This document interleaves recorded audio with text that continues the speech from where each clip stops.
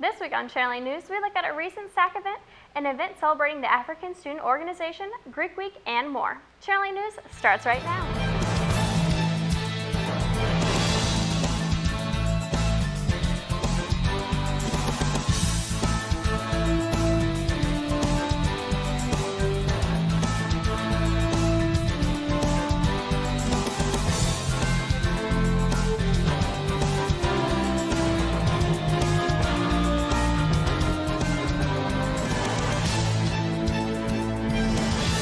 Thanks for tuning in to Channel 8 News. I'm Jacob Wood. And I'm Anastasia Tuttle.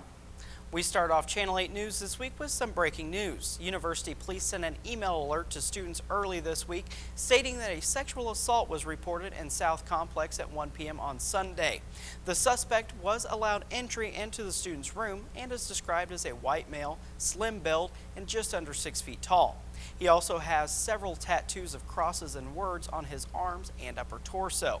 Anyone with information is asked to call University Police at 660-562-1254. That number again is 660-562-1254. Alpha Kappa Lambda held a Backyard Bash fundraiser to raise money for These Hands Don't Hurt and to bring more awareness to the domestic violence. Channing Clement has more on the event. Channing? Saturday, April 1st, fraternity Alpha Kappa Lambda hosted a Backyard Bash. We got to talk to freshman fraternity member Tristan Hayes about the event. The event is Alpha Kappa Lambda's Backyard Bash. It's kind of a philanthropy effort to make sure that we are able to contribute to the Maryville community also and raising awareness for domestic violence. Tristan also told us just what his role was in setting up this event. I was kind of a planner. I was on the committee to help set this up. We put a lot of effort into it, and we kind of just had a small committee work on it because we really wanted to, get a community event that would be really cool. We also got the inside from member Alex Westhughes on what the Backyard Bash consisted of. Alex told us they had a bunch of backyard games, such as ring toss, ladders, and cornholes. They also had a bounce house. Your ticket donated $3 to $5 depending on if you bought it at the event or in the union prior to. The donations will go to their philanthropy, and you could also buy raffle tickets, which also contributed. But that's not all AKL's Backyard Bash had to offer. They also had things such as face painting and a DJ.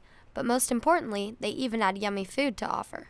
Even though AKL led it and planned it all, with such a big event, they had some help from other fraternities in Sigma Society. Despite the dumpy weather, the event turned out to be very successful and raised a lot of money for a very good cause. I'm Channing Clement, and this is Channel 8 News. Thanks, Channing. To learn more on the event and the importance of the national philanthropy, These Hands Don't Hurt, check out Amazing Things later tonight at 9. Last week was also Greek Week. The Greek organizations on campus held several events to celebrate. Tyler Bruff was on site at Rec Night. Tyler?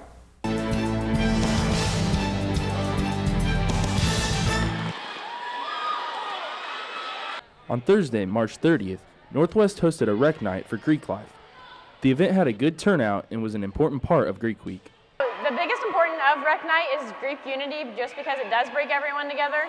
And although all of Greek Week does that, but tonight it's everyone in the same place at the same time, and this is the only event that really does that, where we all get to interact with each other. And we don't really get very many other places to do that throughout the semester. So it's kind of cool just because we are all in one place at one time. The event brought a lot of intensity into the rec center. It's very intense, especially with the hands-on games like handball and dodgeball, tug of war. It's just everyone is so lively and gets into it so much that you don't see that normally around. So Junior Jack Bartley talks more about the intensity level.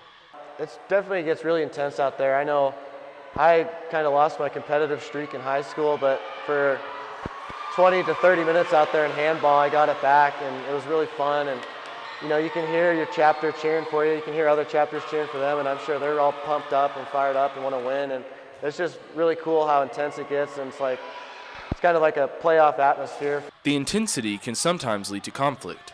There is always those one or two times where someone gets mad about rules or ruling or something. It's a lot better this year than last year, I can say, though. Conflicts have led to trouble in the past. So last year was actually the first year we've received Greek Week back. Before that, we had got it banned from Greek life because of conflicts just between and rivalry and stuff like that. And so this is our second year bringing it back. Maddie is glad to have it back and enjoys one thing in particular. Probably my favorite part is being on the committee and running it, which is why I've done it for 2 years now, just because I like all the sports, so it would be hard for me to pick one, and I like being able to bring all the teams together in one night and plan and get them all working together, and just because it's everyone's favorite night of the week, so it's kind of cool because I get to plan it all, so I like doing that. If you are interested in attending the event next year, make sure you get involved with Greek Life. This has been Tyler Bruff reporting for Channel 8 News. Thanks, Tyler. When we come back, I'll be joined by an in-studio guest to tell us more about Northwest Week. Don't go away.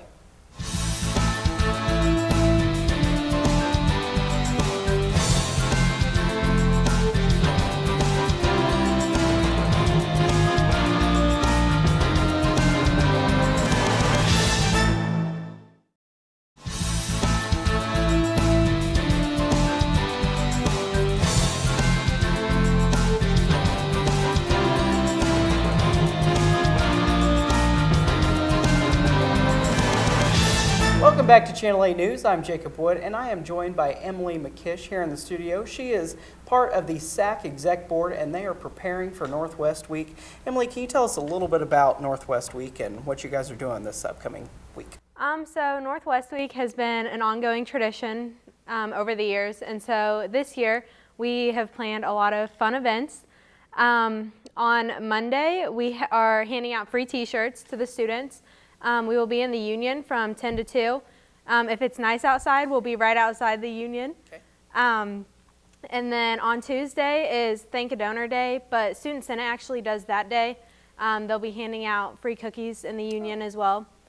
And then Wednesday, Hump Day, is the Camel Day and corn dogs. So we're bringing camels and we're going to have corn dogs. Okay, so this has been kind of a big talk around here is the camels are coming on Wednesday. Are you able to ride the camels? Yes, you actually get a free camel ride. Okay. So we're bringing some camels in from a local guy, and Okay. you'll get to ride them. That's awesome. What's happening on Thursday? On Thursday, we have Make Your Mark. So that's kind of like our overarching theme the whole week. And so like that's what our t-shirt design's based off of and everything. And so what we're going to do is we'll have slushies, and we're going to have ribbon outside of the Union, and then we have different colors that represent different things. And so like we'll have signs saying like what color represents what, and then students will be able to pick which ribbon they want. And then if it's like in memory of someone or in honor of someone, they can write their name or write a message and then go tie it around a tree or light post or something around campus. Okay. So, And what's yeah. happening on Friday? And then Friday, we are actually having foam drop. So it's like a big foam rave party. So instead of our spring concert, we chose to do that. Okay. And Yep. so that'll Where's that happening? That'll be in the rec center. In the rec center. Yeah. And what time does that start on Friday? 7. Okay. On Yep. 7 in the rec center, a big foam party. Yep. In place of the spring concert. Correct, Okay. yeah. So, well, we wish you the best of luck during Northwest Week and all of you guys at SAC. So we hope you have a good turnout. Well, thank you. right. Now let's take a look at more events going on around campus and community with your Northwest Event Report. On Tuesday, April 4th at 7:30 p.m., the Northwest Orchestra will be performing a concert in the Ron Housen Center for the Performing Arts. On Wednesday, April 5th at 3:30, there will be another session of International Student Support Group. It will be a safe place for international students to speak about issues they've struggled with while being here at Northwest. On Thursday, April 6th at 7:30 p.m., the Northwest Theater and the Northwest Encore Performance Series have collaborated to put on the Learn Ladies in the Ron Housen Center for the Performing Arts. Tickets are $10 and are available at the admin building. The show will be going on Thursday through Sunday, and each show will be starting at 7:30. On Friday, April 7th at 3 p.m., there will be another session of the First Friday Culture Talk. Students from around the world are encouraged to come and share about their culture and traditions, and also breaking down their stereotypes. On Friday, April 7th at 5 p.m. at the Bearcat Lanes, the Big Brothers and Big Sisters of Nottoway County will be holding their biggest fundraiser of the year, the Bowl for Kids' Sake. There'll be free pizza, drinks, t-shirts, and prizes. Friday, April 7th at 5 p.m., the Maryville Knights of Columbus will be holding a fish fry for Camp Quality Northwest, Missouri in the St. Gregory's Parish Hall.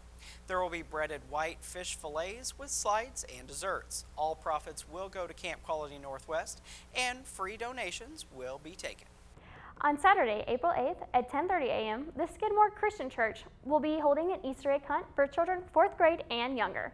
There will be a bounce house, face painting, prizes, refreshments, and more. Participants are encouraged to bring their own Easter baskets. Saturday, April 8th at 5 p.m. at the Hopkins Community Building, there will be a benefit for Ed Rucker. Rucker is a longtime member of the Maryville community, and he's been hospitalized for quite some time until recently and is now going through extended rehabilitation. There will be a spaghetti supper, salad, and desserts, as well as a silent auction. That's all for your Northwest Event Report. When we come back, we take a look at more stories and events.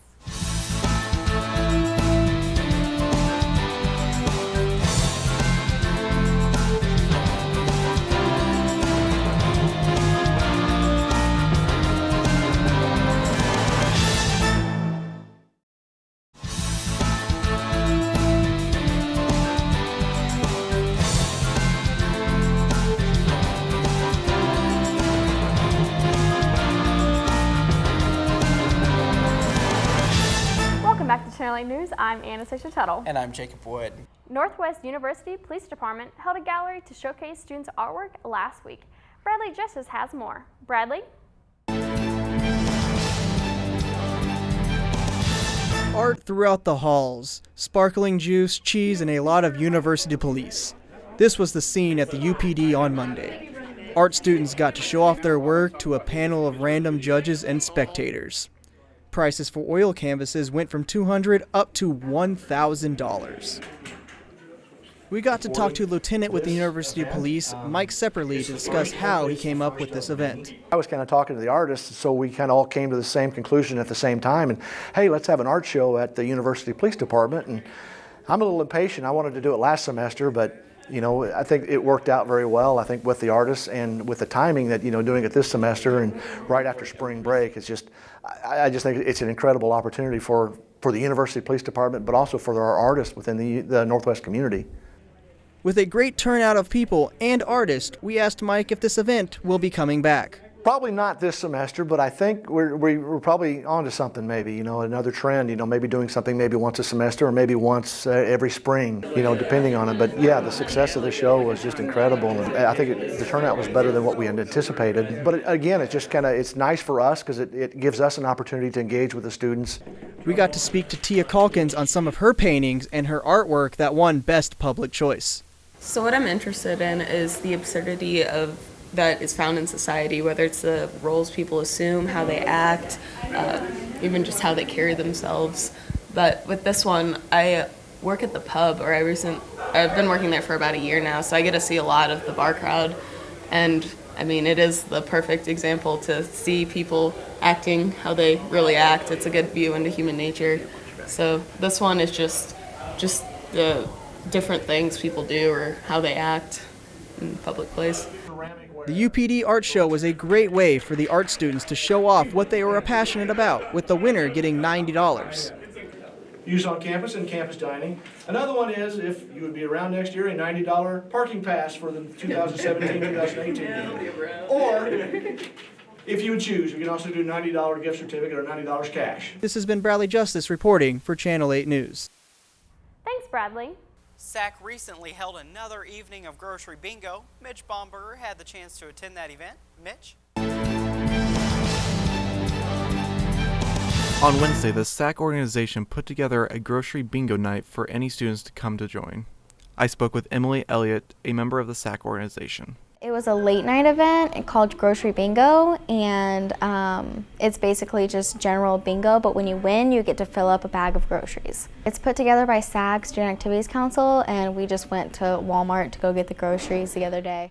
With such popular events, one would have to wonder how long the SAC organization has been putting on the Grocery Bingo event night. And how many bags did they give away during this Grocery Bingo night? We gave away 100 bags today, and there was about 200 people that showed up. We have done one, I believe, every semester for 2 years now. So there was one last semester. It wasn't as big as this one, and then we did it last year as well. 1,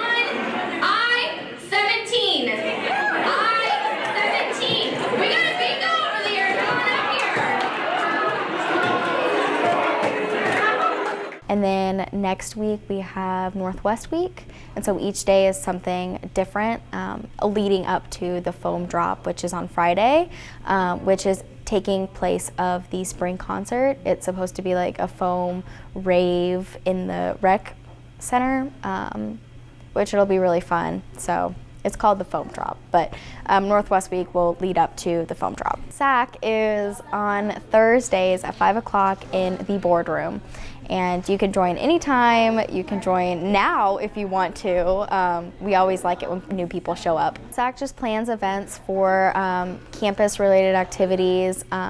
The students of SAC plan all the events and then go about the events. So weekend events are every other weekend, late night events are every other Thursday, and then we have the concert in the fall and the concert in the spring. We also have special events, which are like the roses that we gave away for Valentine's Day. That was like a special event. And we also have lectures. Reporting for Channel 8 News is Mitch Baumgartner. Thanks, Mitch. Last week was African Student Organization Week. There were several events put on to bring attention to the African culture.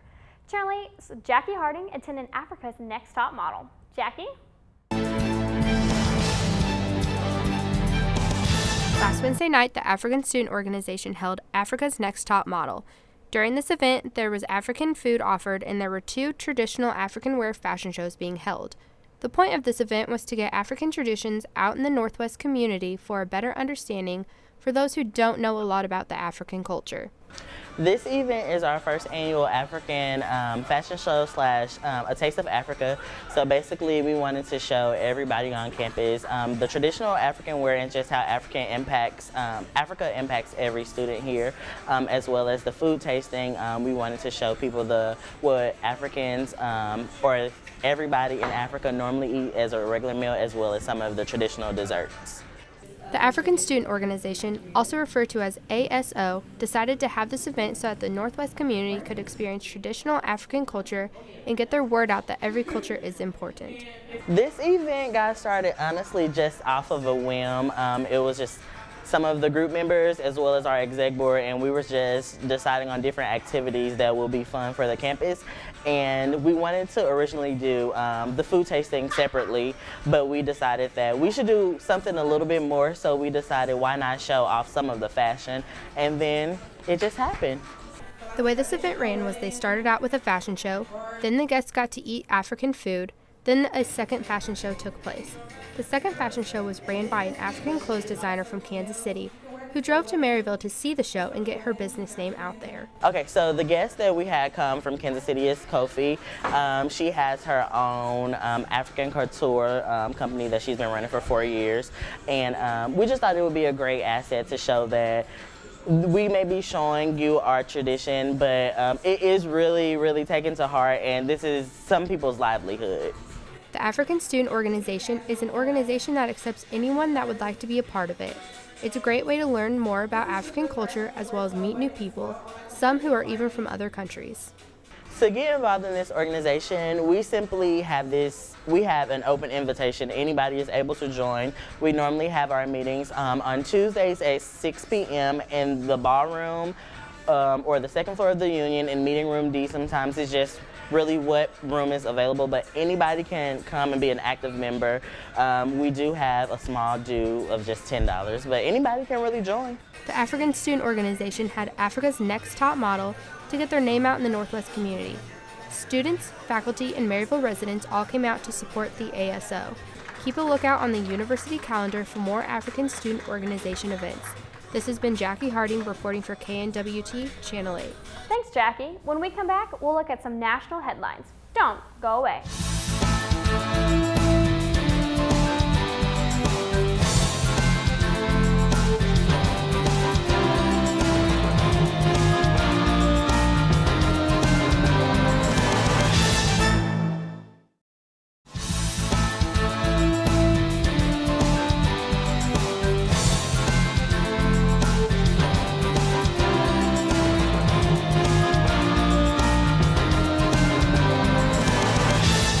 Welcome back to Channel 8 News. I'm Jacob Wood. And I'm Anna Sisha Tuttle. Disney princesses are trading in their ball gowns and crowns for sturdy boots. teaching millions of girls and boys around the globe that being a powerful, strong, and courageous girl is the new version of the modern-day Disney princess. With 22 live-action movies in the works, Disney has recognized the need to modernize the old-fashioned damsel in distress and use their movies as a platform to empower the next generation of young women, showing fans that not every happy ending needs a Prince Charming. Our CNN affiliate, Maggie Lake, has more.